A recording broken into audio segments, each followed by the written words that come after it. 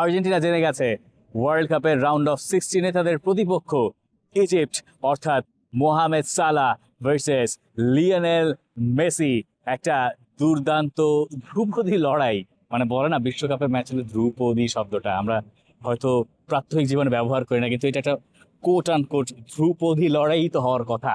আমার মোহাম্মদ সালাহর প্রতি রেসপেক্ট আগেও ছিল, আরও সেটা বেড়ে গেছে যখন হচ্ছে মোহাম্মদ সালাহর ইজিপ্ট অস্ট্রেলিয়ার এগেনস্টে ম্যাচটা শেষ করলো। পোস্ট ম্যাচে মোহাম্মদ সালাহকে জিজ্ঞেস করা হয়েছিল আর্জেন্টিনার সাথে তো হচ্ছে আপনার ম্যাচ রয়েছে বা লিওনেল মেসির সাথে তো লড়াই হবে। তিনি তখন বলেছিলেন যেহেতু কেপ ভার্দে এবং আর্জেন্টিনার ম্যাচটা পরে স্টার্ট হয়েছে, তিনি বলেছেন ওই ম্যাচে কে জিতবে তো আমি এখনো জানি না। কেপ ভার্দের ব্যাপারেও তিনি আসলে প্রপার রেসপেক্টটা দিয়ে গেছেন।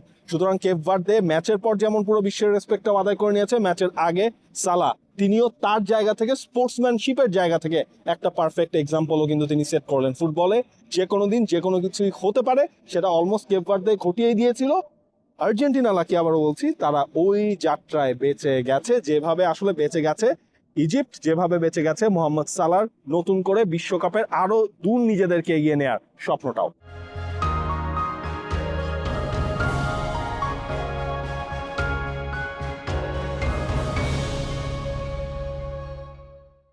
এখন এই ইজিপ্ট বিশ্বকাপের পরের রাউন্ডে উঠলো আসলে ইতিহাস করে। 92 বছর পরে নকআউট পর্বের একটা ম্যাচ তারা জিতলো এবং জিতে তারা উঠেছে রাউন্ড অফ 16-এ। তাদের গল্পটায় অন্য পাশে আহত হয়েছে অস্ট্রেলিয়া, যে অস্ট্রেলিয়া শেষমেশ টাই ব্রেকারে বাদ পড়েছে। টাই ব্রেকারে কথার কথা, অস্ট্রেলিয়া আর আর্জেন্টিনা একটা ম্যাচ আপনি দেখতে পাচ্ছেন গত বিশ্বকাপের মতো রাউন্ড অফ 16-এ। আমি জানি না আর্জেন্টিনার জন্য কোনটা ভালো হলো, কিন্তু আমি যখন এই মিডিয়া সেন্টারে বসে খেলা দেখছিলাম, আমি দেখেছি ইজিপ্ট যখন ম্যাচটা জিতলো আর্জেন্টিনার বেশিরভাগ সাংবাদিককে আফসোস করতে। হ্যাঁ, আমার মনে হয় তারা অস্ট্রেলিয়াকে বোধহয় চেয়েছিলেন, কিন্তু ইজিপ্টই কাজের কাজটা করে দিয়েছে। অস্ট্রেলিয়াকে নিয়ে আর কি বলবো, মানে মোহাম্মদ সালাহকে নিয়ে একটু বলি। মোহাম্মদ সালাহ 2018-তে প্রথম বিশ্বকাপ খেলতে গেলেন যখন, তখন তার কপালে বিশ্বকাপটা দুর্ভাগাদের কাতারে লেখা ছিল। মানে হাতের ইনজুরি, রামোসের কবজির সঙ্গে পড়ে চ্যাম্পিয়ন্স লিগের ফাইনালে, এরপরে থার্ড ম্যাচে একটু নামতে পারলেন, খেলা হলো না প্রপারলি, ইজিপ্ট এবার বাদ পড়লো। ইজিপ্ট বাদ পড়ার পরে 22-এ ইজিপ্টকে আমরা বিশ্বকাপে দেখলাম না, 26-এ আবার দেখলাম।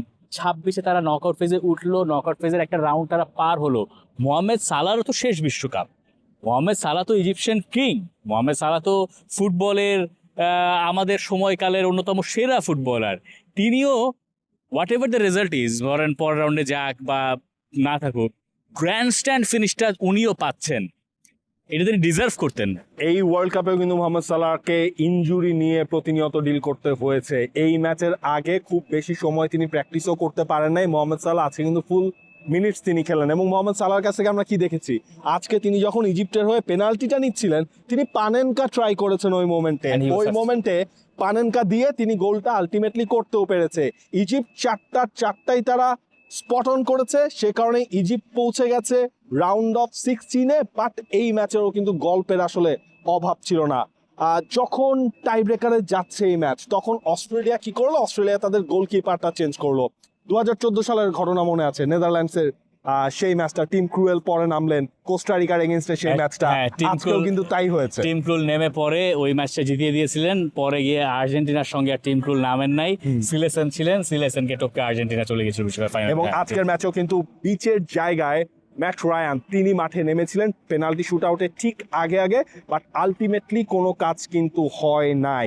অথচ এই বিচেই তিনি কি দুর্দান্তভাবে সালার ওই অ্যাটেম্পটা, একটা মানে এবারের ওয়ার্ল্ড কাপের একটা বেস্ট সেভও যদি বলেন, বিচ কিন্তু সেই কাজটা এই ম্যাচেই করেছিল। সালার ওই অ্যাটেম্প থেকে লাস্ট জানি কার একটা টাচ ছিল সেখানে, সেইটা তিনি সেভ করেছেন, না হলে কিন্তু ম্যাচটা এই পর্যন্তও আসে না।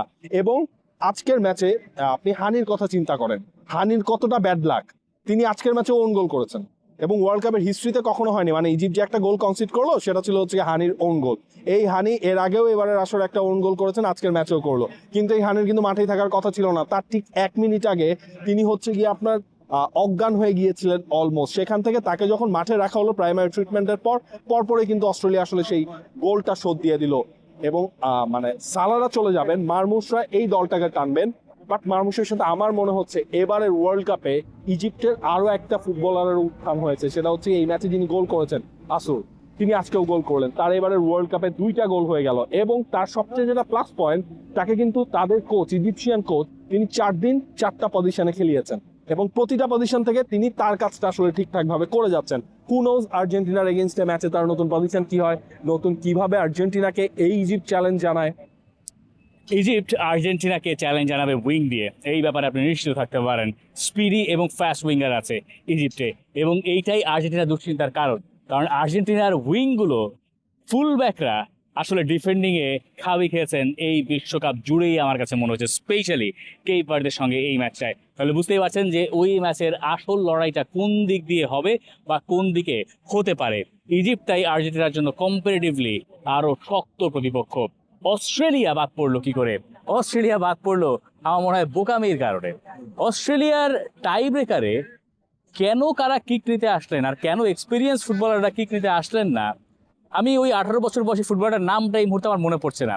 হি ইজ ইয়াং, তার চুল দেখলে আপনি বুঝবেন, মানে ওনার বয়স আপনার জানা লাগবে না, আপনি বুঝবেন। হ্যারি শুটারও যখন মিস করে তখন আপনি আসলে কি হ্যারি বলবেন? শুটার মিস করতেই পারেন। Exactly. মানে ফার্স্ট কিকটা যখন অস্ট্রেলিয়া মিস করেছে তখনই আসলে ওই কনফিডেন্সটা মোহাম্মদ সালাহ পেয়েছেন, যেখানে তিনি পায়ের কামাইছেন। 18 বছর বয়সী একজন ফুটবলারকে আপনার টিমের বাকিরা যদি ঠেলে ঠুলে পাঠিয়ে দেয় বিশ্বকাপে টাই ব্রেকার নেওয়ার জন্য নকআউট ফেজের ম্যাচে, it doesn't make any sense.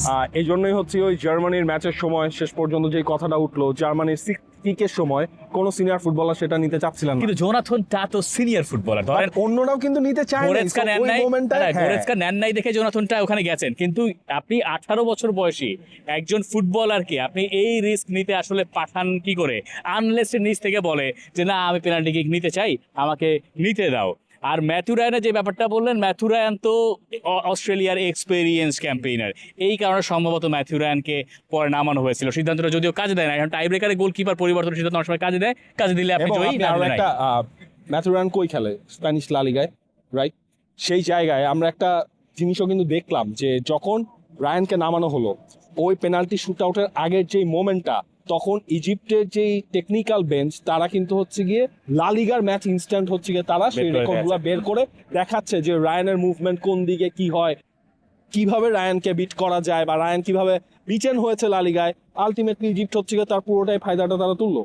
একেবারে ক্ষুদ্রাতি ক্ষুদ্র সবকিছুই কাজে লাগে বিশ্বকাপে। যে কোনো ফুটবল ম্যাচে একটা ক্ষুদ্র গুড ফর নাথিং ইনফরমেশন দিয়ে শেষ করি এই অঙ্কটুকু।